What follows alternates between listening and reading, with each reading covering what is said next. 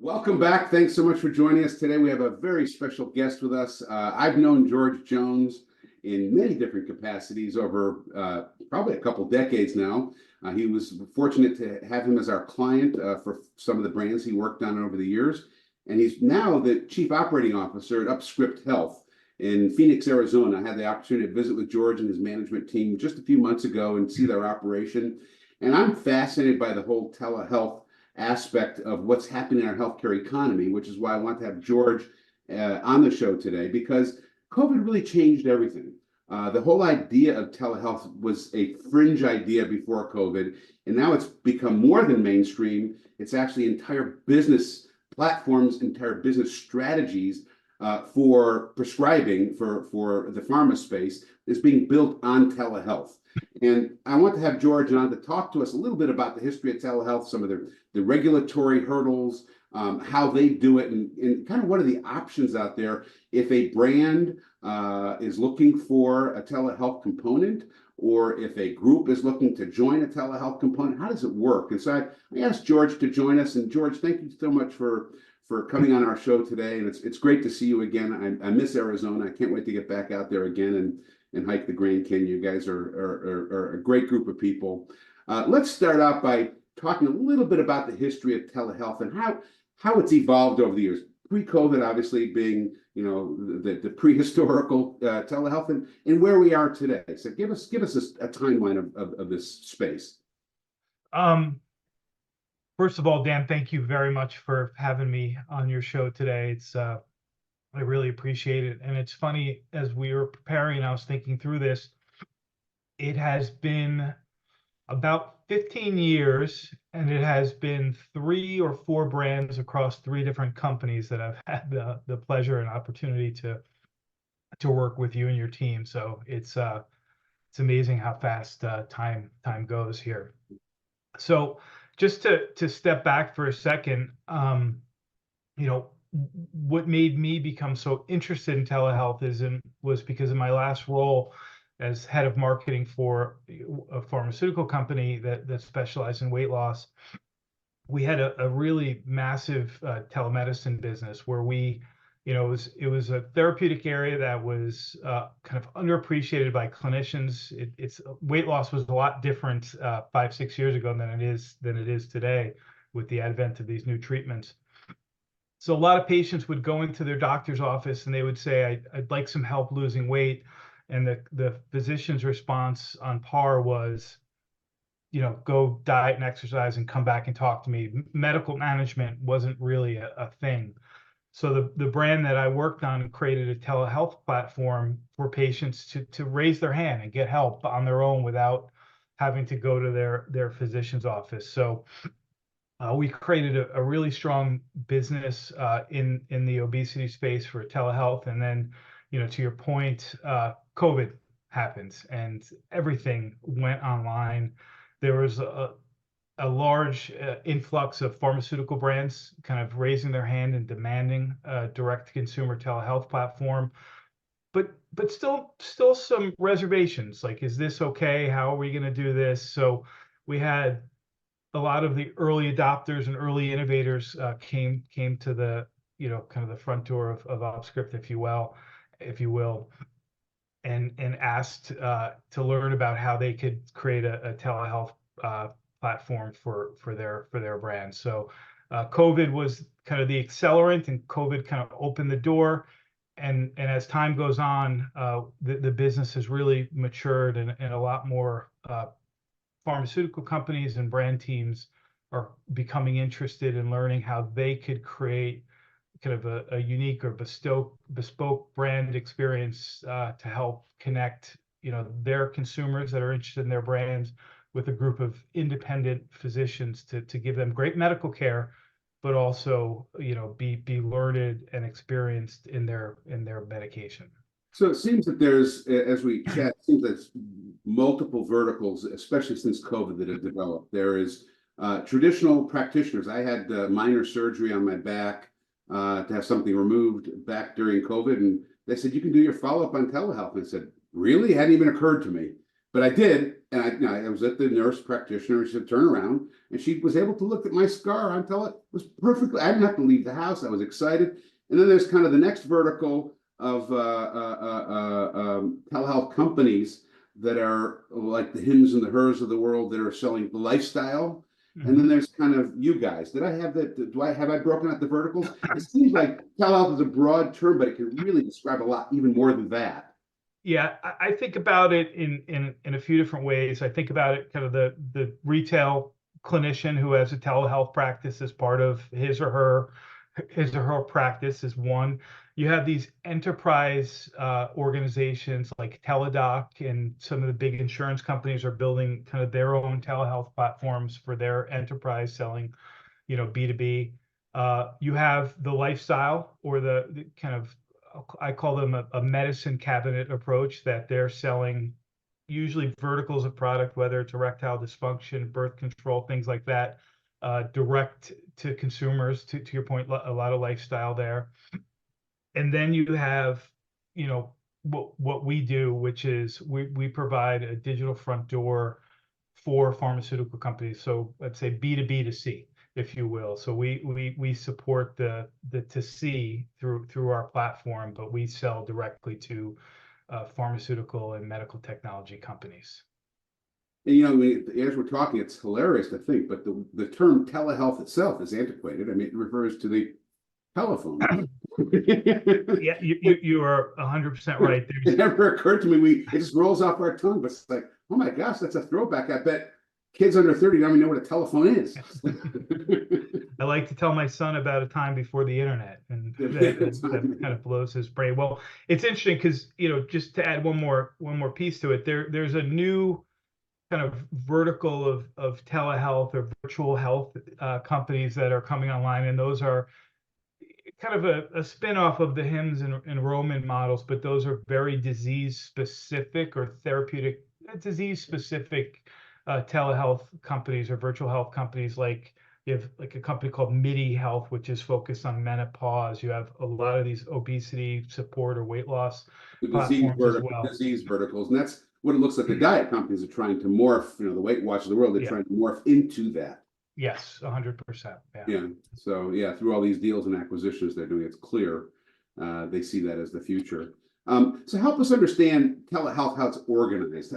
Help us understand. We understand, virtual healthcare up front, but help us understand what goes on behind, because to me, the physician panels and how they're organized, and the legal and regulatory cross-state lines, there's so many barriers to think about, which is why it really didn't take off until COVID. COVID necessitated people figuring out these barriers. So help us understand what the barriers are to being a telehealth practitioner, frontline telehealth practitioner as a doctor. I'll do my best. So it's the structure is usually a business entity that provides management services, that provides technology, web design, patient communication, scheduling, etc. That'll sit up front, that kind of runs the doctor's office, if you will. And then behind the scenes, what you'll have is what's called, most telehealth companies or virtual health companies will use what's called the friendly PC model. So there is a group it's a physician or clinician owned entity that actually provides the clinical care. So that sits separate from the business kind of front end of it. And they usually have a management services agreement where the business will provide services for the clinician groups. The real, one of the real challenges of this is, to your point, is the regulatory environment. Is every state has different rules on how to establish a relationship with a patient and how to continue a relationship with a patient. So, care is usually given via three different modalities. So you'll have an asynchronous modality where it is a patient fills out a survey online. The clinician, oftentimes with a photo or an upload or something like that, and the clinician will go back and forth, asynchronously with the patient, asking them follow-up questions to determine what care is required to treat their condition. And then you'll have synchronous care, which is broken out in either video, which is what we're doing here, a video face-to-face visit, or audio, where it's just you're essentially on the telephone or talking over the internet.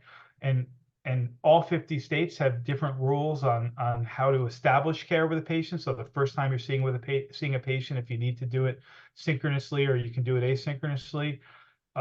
So each, or then continuing care, and then kind of layer on top of that prescribing of scheduled medicines, which is a whole another challenge that the industry is facing and the regulators are facing right now. So so you will have the front end of the telehealth company really has to manage to make sure the patient in the right state is seeing the right clinician at the right modality, and setting up the scheduling to do that, and the technology to do that. So in getting it wrong is really puts the clinician at risk there of if they treat Dan Berman in Georgia asynchronously to establish care, they have some risk of regulatory risk there for themselves.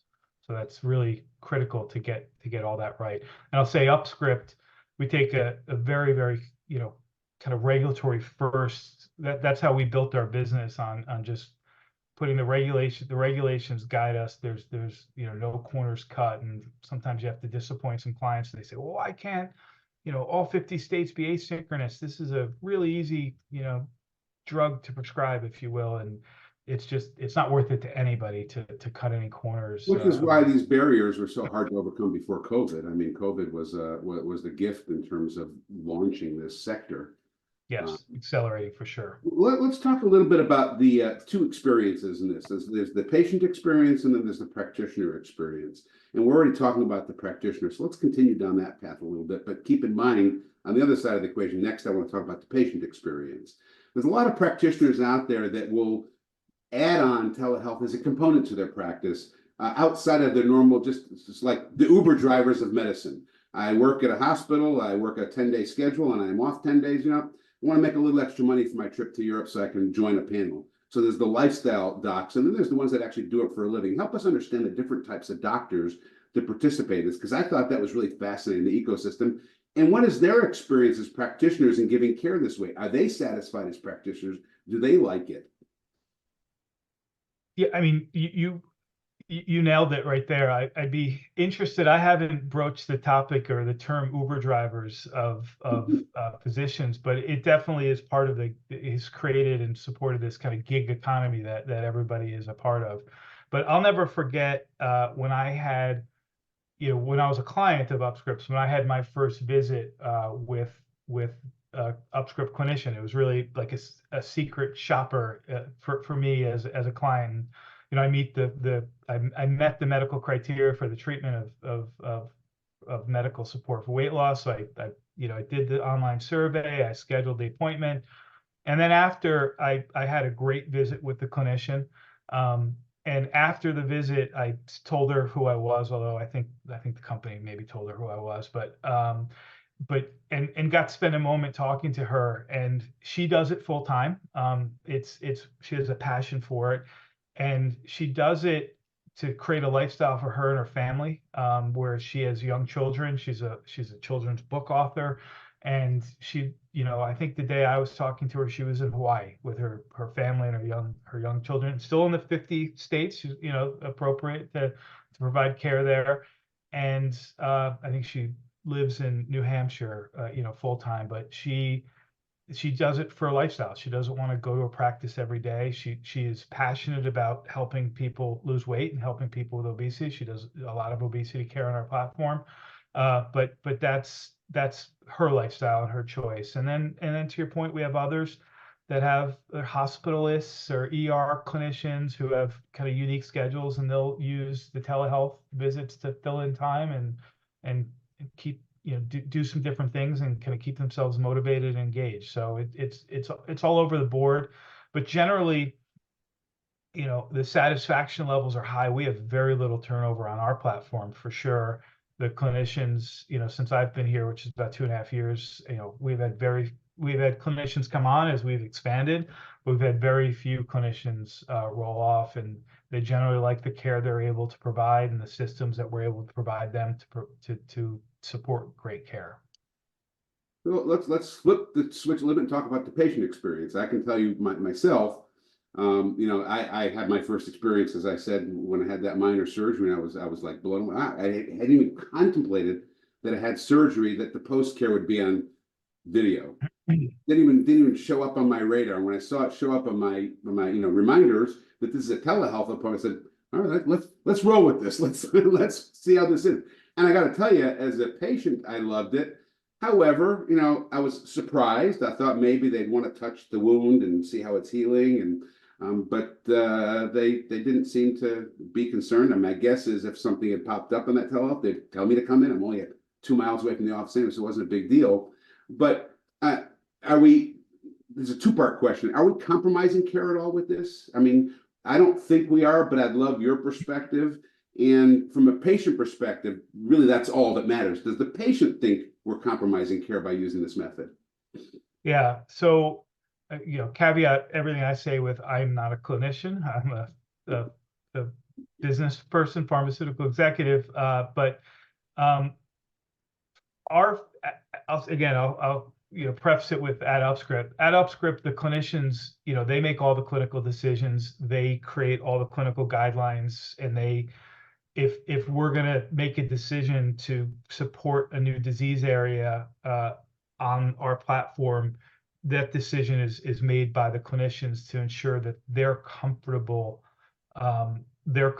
treating the condition via telehealth. So that's, or virtually. So that's kind of, you know, it all starts and ends there with our clinicians being comfortable that they can provide great care. The science, I always like to say, the science and the medicine doesn't change whether you're seeing the doctor in person or on video. Yeah. So and there are, you know, we have ways.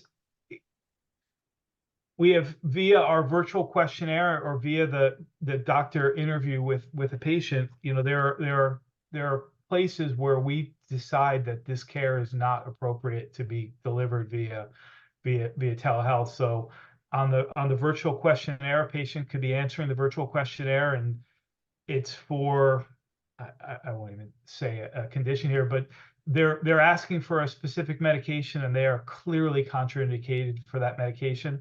We inform them right during that visit, hey, you know, because of this answer, this medication or this might not be appropriate for you.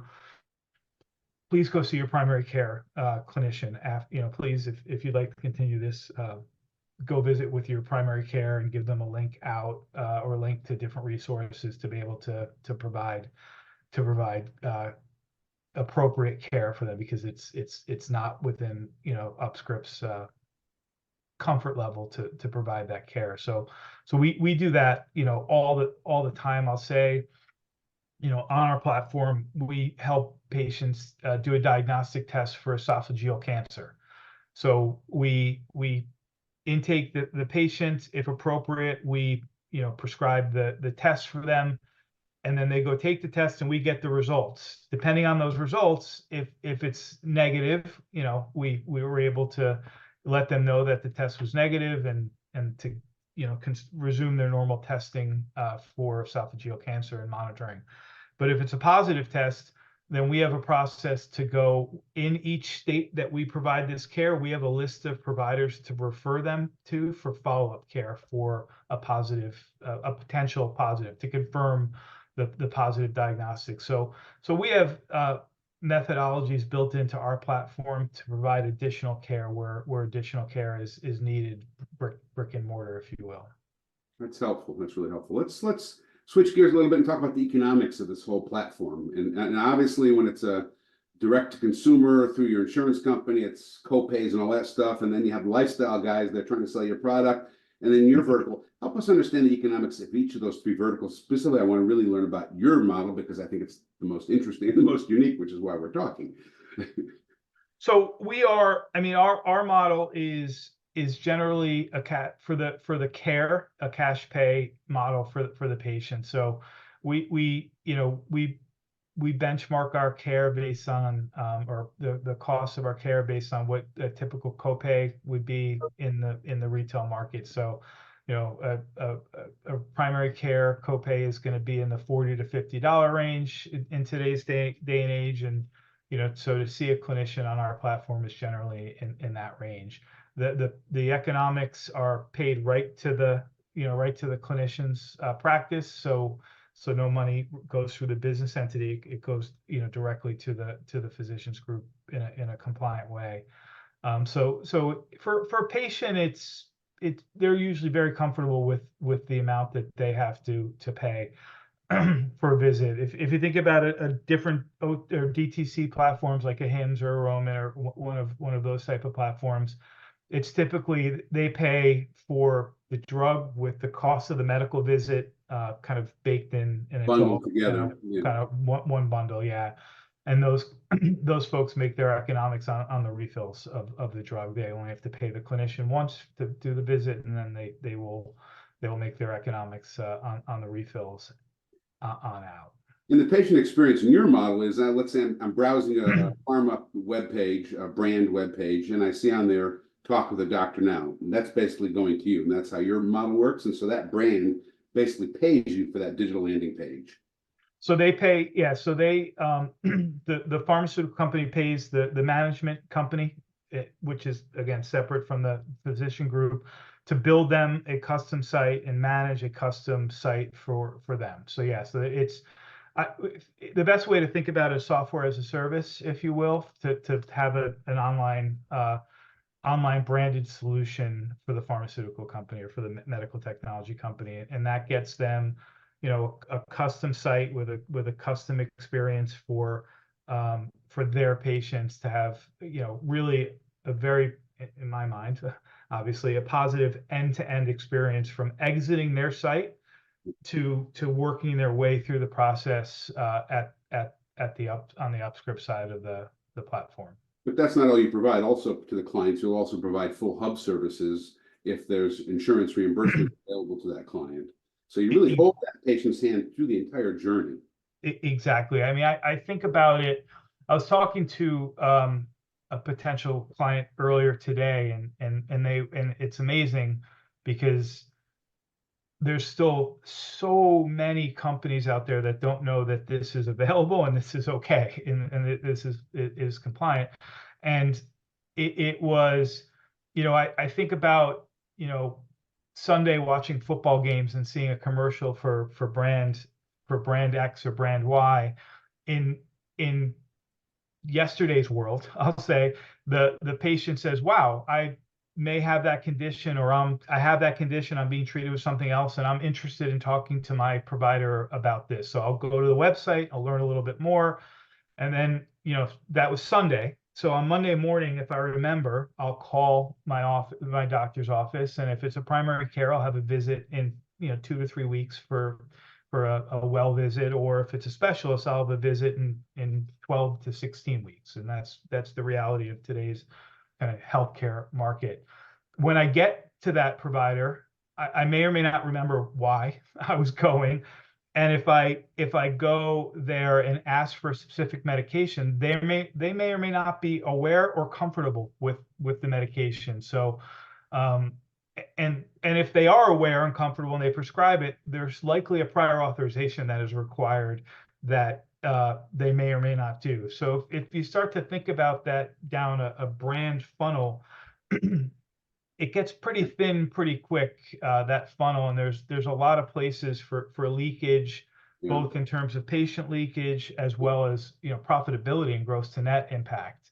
So when I think about the UpScript model, what we provide is you're watching that commercial on Sunday, you visit the brand.com, there's a chance, a high likelihood that there's going to be a clinician available to talk to you either that day if you want, or maybe the next day if you want to schedule it. That clinician is going to be trained on the product that you're asking about, so they're going to be very knowledgeable about the product and very comfortable with the product. Every single time they're going to be very comfortable with the product.